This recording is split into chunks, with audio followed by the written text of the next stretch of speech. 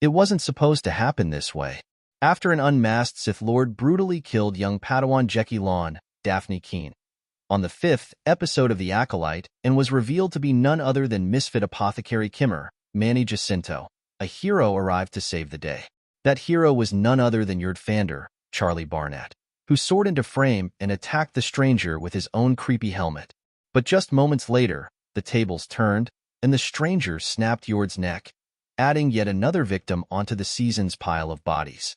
It was a stunning display of violence and a shocking end to the Jedi Knight's life. But it turns out that rehearsals for the death scene were far less traumatizing, and even somewhat soothing. That's according to Barnett, who spoke to Entertainment Weekly as part of our new cover story on the game-changing 5th installment of the Star Wars series. He also broke down a lot of the character's backstory that helps explain those final moments. So in the words of Barnett himself, let's Yord it up, y'all. How did creator Leslie Headland break the news to you that Yord would not be long for this galaxy? Charlie Barnett. I walked in the day that we were filming it. No, I'm kidding. Leslie was very upfront from the very get-go.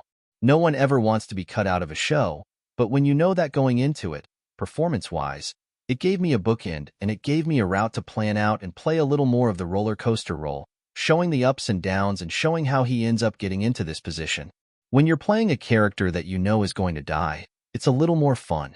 If it's a surprise to you and your job is gone next week, it sucks. But when you know what you're walking into, you get to have a little more control over it. And I tried to find the lemonade through the lemons.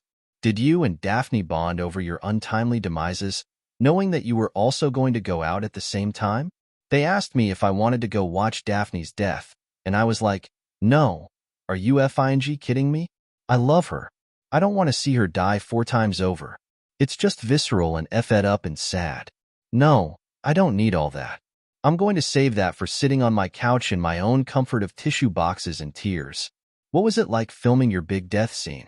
Let's just put it out there. Manny, beyond being an extremely handsome gentleman, is one of the kindest people ever. And in rehearsing it, we've got to move slow. So throughout all this time, I'm just being held by Manny, and he is just cradling my head and being like, oh, Charlie, does that hurt when I crack your neck that way? And I'm like, no, man, you're killing me. It's totally fine.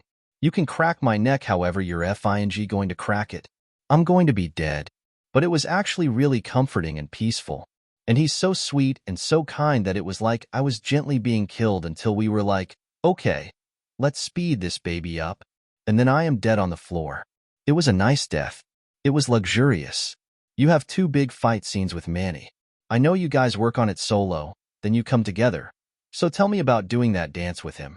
Manny's an incredible dancer. Manny comes from a background of breakdancing and hip-hop. I know a lot of forms of dance, way less than Manny, but I did ballet, I did jazz, I did tap, I did more of the musical theater kind of route. I came in there thinking how much this knowledge of dance is going to really help apply to learning fight choreography, but it's a different kind of movement. It's a different kind of attack. I thought I would be quick to pick up pieces, but you have to leverage the fear of hitting or harming someone. There's that fear of, there's another person on the end of this, and we are doing a piece together that's a tango in which I can't touch them. It's all these weird little very minute protections that you then have to think of in your mind. I don't want to hit the number 2 on our call sheet because I might literally be fired. You know what I mean? As I'm wielding this pipe around that's supposed to be a burning lightsaber, you have to learn then how to act dance and be a safety monitor all at the same time. But it was so much fun. I wanted to have way more of it. I honestly was upset that I couldn't spend 4 more months doing Yord. I actually started to be like, okay, why isn't Yord fighting so much? He's eager to pull that lightsaber out. He's obviously holding it and knows that he can, and will kill somebody if he needs to at any point. He's gung-ho for it. And that's why I think part of my character structure became that I was really bad at using the Force. I wasn't as attuned to using the Force as much. Fighting became my safety mechanism. And so now in my world, I try to relinquish the fighting because it's become an attachment to a certain sense of, that's how I am a Jedi.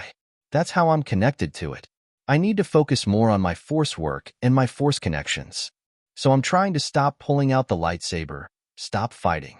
And that's the story I created. I mean, it's all bulls -- no, it's not bulls at all. I think that's fascinating. It feeds my character. It feeds the reasoning as to why I don't have more fights and why I wanted them. Let me ask you something. Why is everyone always making fun of Yord? Jackie and Osha seem to always get a few laughs in at his expense. He is not bothered by it. I can tell you that he has no affinity qualms, because at the end of the day, he's a knight. Both of them have been actively trying to become knights.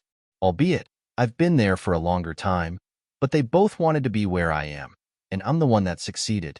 And the reasoning behind them snickering or laughing or joking or any of that bulls, behind the scenes that I see is the reason why they are not knights.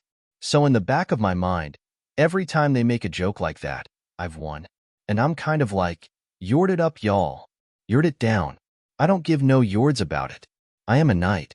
Thank you. Bow down. I have my own Padawan. He's not bothered. Also, what Jedi would be affected by words? I'm a Jedi. This Padawan and this civilian can say what they like. What do you ultimately make of Yord's demise?